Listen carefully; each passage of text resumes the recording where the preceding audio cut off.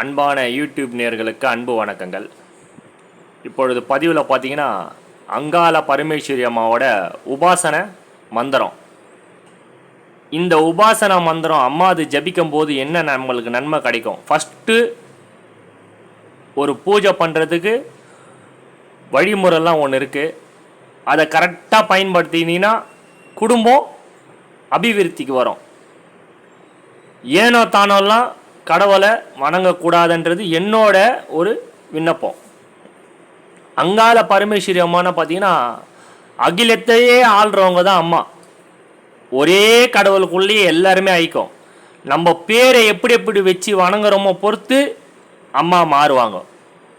நீங்கள் அம்மாக்குள்ளேயே லக்ஷ்மி கடாச்சாரம்லாம் கிடைக்கும்.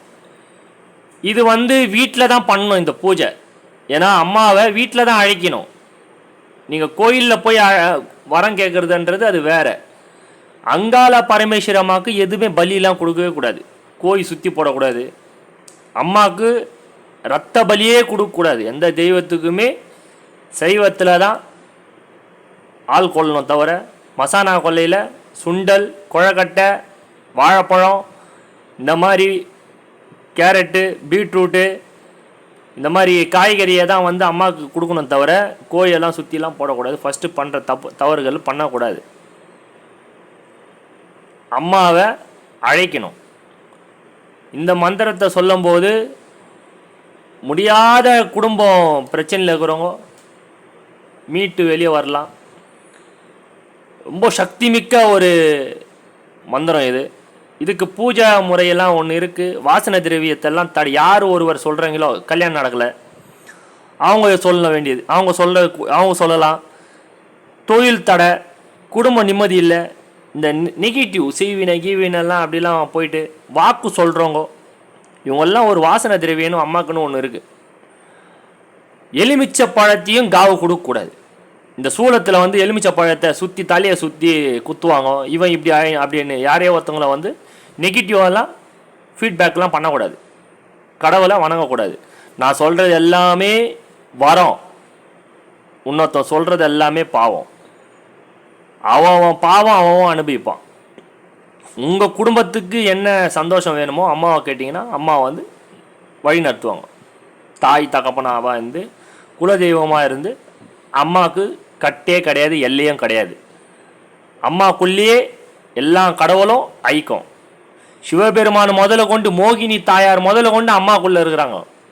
அது யாருக்குமே தெரியாமல் அங்காள பரமேஸ்வரி மகளை அழுது வரம் கேட்பாங்க. அழுதெல்லாம் வரமே கேட்கறதால நீங்கள் நின்னாவே உங்களுக்கு வரம் தான். அம்மா முடிவு பண்ணால் மட்டும்தான் கோயிலுக்குள்ளேயே போக முடியும் எந்த கடவுளும். அதை தெரியாமல் மனிதரை நம்புறதோட தெய்வத்தை நம்ப வேண்டியன்றது என்னோட விருப்பம். நான் நிறைய பதிவில் ரொம்ப டஃப்பாலாம் பேசியிருப்பேன், ஹார்டாலாம் பேசியிருப்பேன். ஏன்னா உங்களை நீங்கள் வணங்குற தெய்வத்தை எப்படி வணங்கணுன்றது ஒரு முறை இருக்குது. அதில் முதல் தெய்வம் அங்காள பரமேஸ்வரி அம்மாவே காளி. இந்த சகலத்தையும் ஆள்றவங்களே அம்மா தான். பூஜை விளக்கு ஏற்றணும். அம்மாவுக்கு சில வாசனை திரவியெல்லாம் நீங்கள் யார் சொல்கிறீங்களோ அவங்க உடம்புல தடவணும். ரொம்ப சிம்பிளாக இருக்கும். வாழ்க்கை ஃபுல்லாக அம்மாவை சொல்லே வரலாம். அந்த மாதிரி அம்மா வாரி கொடுப்பாங்க. கஷ்டத்துக்கு மேலே கஷ்டம், எதிரிங்க பிரச்சனை, எல்லா பிரச்சனையுமே தீரும். அளவே இல்லாத கடலையும் அளக்க முடியாது. எங்கள் அம்மா அங்காள பரமேஸ்வரி அம்மாவோட சக்தியும் அளக்க முடியாது.